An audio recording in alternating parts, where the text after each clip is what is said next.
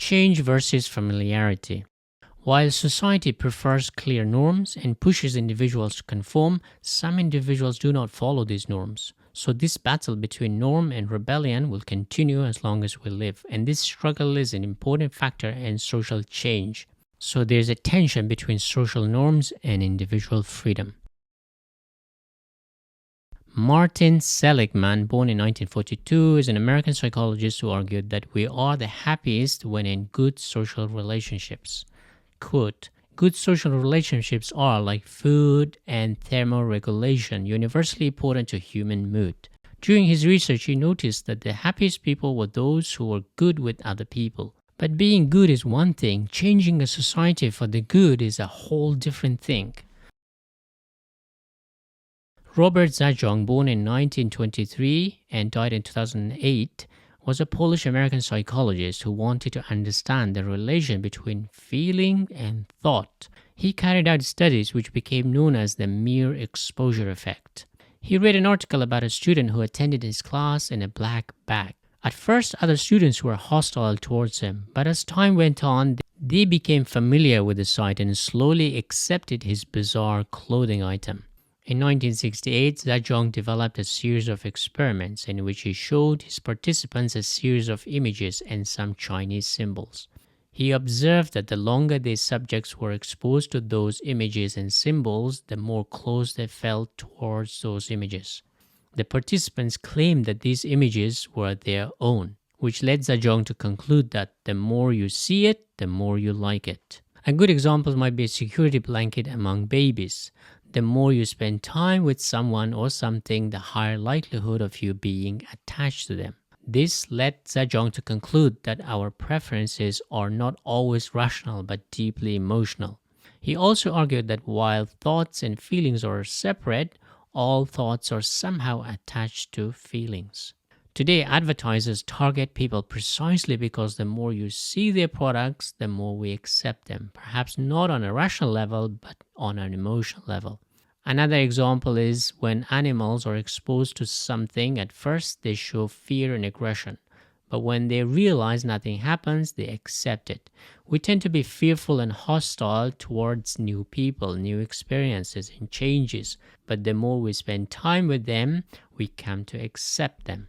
Zajong also studied couples and long-term relationships.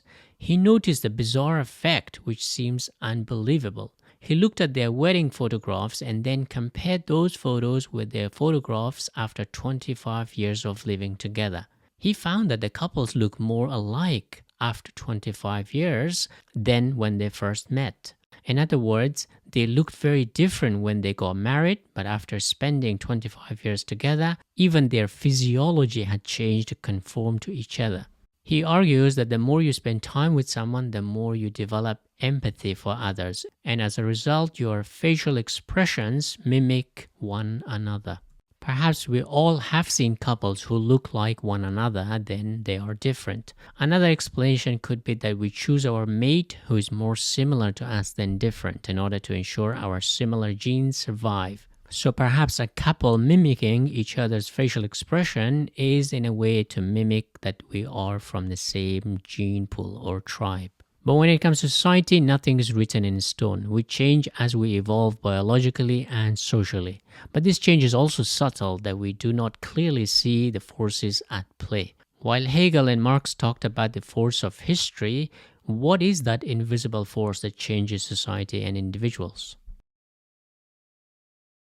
Kurt Lewin, who was born in 1890 and died in 1947, a German-American psychologist, is often credited as the father of social psychology, who was active in the 1940s, when three dominant ideologies, socialism, fascism, and liberalism, were battling one another.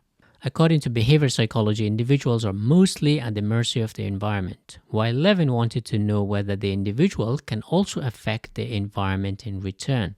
In his field theory, he argues that one cannot understand a system or environment unless one tries to change it. By changing a system, one realizes the forces that are at play. It's like you want to uproot a tree. Then you realize the roots and how deep they are. Or you cannot understand the force of a river until you try to change its course. The same is true about society. The Russian novelist Leo Tolstoy argued that historical events are not caused by leaders, but by a variety of forces from the soldiers to the cooks to the ordinary peasants. Levin's theory is based on the interdependence of individuals within a group. Any social change is often met with resistance, but once people see a rationale behind the move, they concede. He studied dietary change during World War II and found that once the participants knew the benefits of such change, they came on board.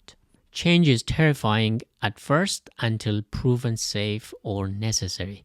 Social psychology has mainly focused on two fronts: how the individual is influenced by the group. Studies in the 60s and 70s showed that the group or authority has a huge influence on how we behave. In extreme situations, we do things that are horrible in order to conform with others or comply with authority, or simply play a role we're given. Other social psychologists focus on the choices we make and how society is the source of our happiness, fulfillment, and meaning in life. Yet our social relations are also the cause of many of our mental problems.